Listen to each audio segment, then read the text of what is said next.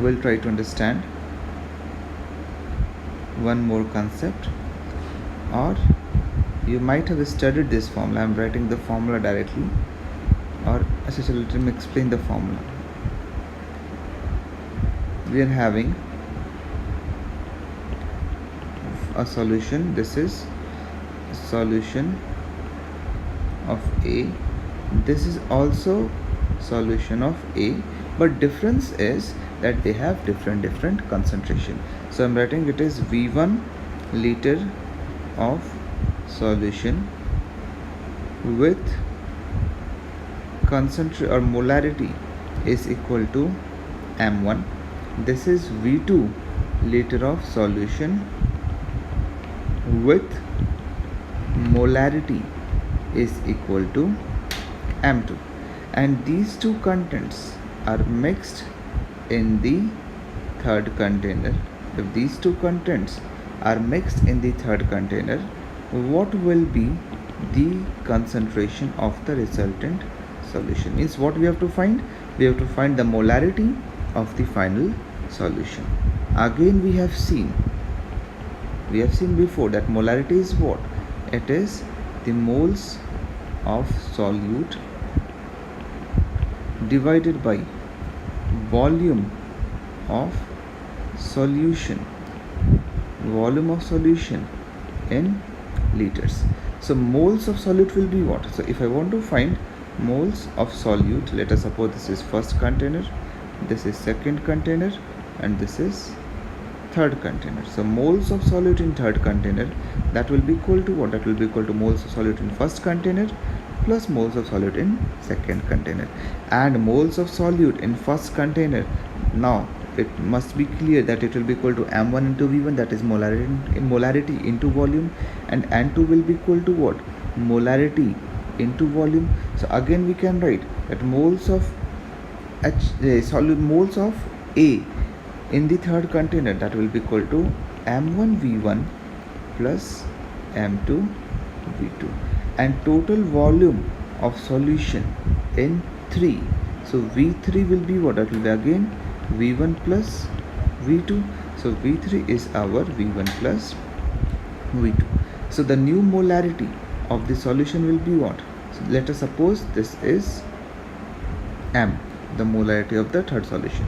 That will be equal to M1 V1 plus M2 V2 divided by V1 plus V2.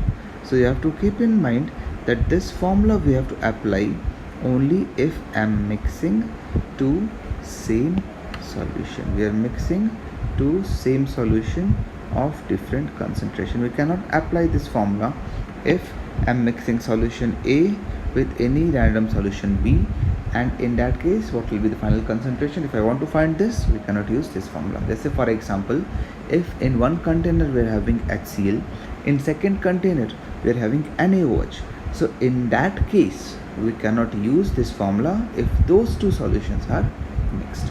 So in that case we'll have a different concept. So we'll discuss that concept after doing some problems. In the first container, let us suppose we are having 500 ml of 0.1 m HCl solution, and in the second container we are having, let us suppose, 300 ml of 0.1 m NaOH solution. Now in this question what we are doing, again we are mixing the two content of the container, that is we are mixing acid and base, and we have to find two things. First thing is we have to find nature of solution, whether the final solution is acidic or basic. We have to find whether the solution is acidic or it is basic. Second, if it is acidic, then what is H plus concentration, and if it is basic, then what is OH minus concentration in the solution. So how do we find acidic nature or basic nature or neutral? So basically it is on the basis of relative concentration of H plus and OH minus ion. If concentration of H plus is more than the concentration of OH minus, in that case the solution will be acidic in nature. If H plus concentration is equal to OH minus concentration, in that case it will be neutral in nature. It will be neutral. And if H plus ion concentration is less than OH minus concentration, then it will be basic in nature. So ultimately we can say if H plus is more, it is acidic. If OH minus is more, it is basic. And if both of them are equal, then it is neutral in nature. Now in this question, what we can say, first what we have to find in all this question, the concentration of H plus in the final solution and concentration of OH minus ions in the final solution. And after knowing the concentration of H plus and OH minus ions, we can find whether the solution is acidic or it is basic. So another important point in this question is that if acid and base is mixed in the third container, a chemical reaction will take place which is known as neutralization reaction. And if acid and base is mixed, they will combine together to give you salt plus water. If strong acid and strong base are mixed, they will give you a salt and water. Now if I'm talking about acid, acid will release H plus ion. If I'm talking about base, base will release OH minus ion, and this H plus and OH minus ion, they are combining to give you H2O, which is octet. And the anionic part of acid and cationic part of base, they are giving you the salt. For example, in the above question, we are having HCl plus NaOH. So it will give me what? HCl and NaOH. They will combine to give you NaCl and H2O. Now, if the H plus ion, which is coming from HCl, is equal to the concentration of OH minus ion, which is coming from NaOH, in that case the final solution will have what? Will have NaCl, which is a salt, and H2O, which is neutral. So that is why the nature of the solution is neutral. But if H plus ion is more than OH minus ion, so NaOH in that case will behave as what? Limiting reagent. And if NaOH is limiting reagent, some amount of HCl will be left in the solution. And if HCl is left in the solution, which means what? Which means that the nature of the solution will be acidic. Similarly, if OH minus is more, then HCl is limiting reagent, so some amount of NaOH will be left in the solution, and if NaOH is left in the solution, the nature of the solution will be basic. So one point is cleared, that H plus ion will come from acid, OH minus ion will come from base. Now let's find the moles of H plus ion. So what we know, that if I'm having HCl, HCl will dissociate to give you H plus and Cl minus, and moles of H plus will be equal to moles of HCl. So moles of HCl in this question is what? Moles is molarity into volume, that will come out to be 0.05. I hope this is clear. So moles of H plus will also be 0.05. Moles will be molarity into volume. So moles of H plus we have calculated is 0.05. Similarly, we can apply the same concept to NaOH, which is a base. It will dissociate to give you Na plus and OH minus.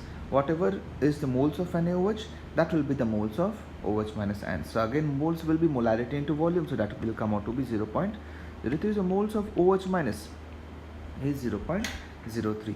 Now we can see that moles of H plus is more than the moles of OH minus ion. So this solution is going to be acidic in nature. This point is clear, that the nature of solution is acidic. Now if it is acidic, we have to find the concentration of H plus ion which is present in the solution. Now what we know, that if I'm having H plus ion and OH minus ion, they will combine together to give you H2O. Moles of H plus is what? 0.05. Moles of OH minus is what? 0.03.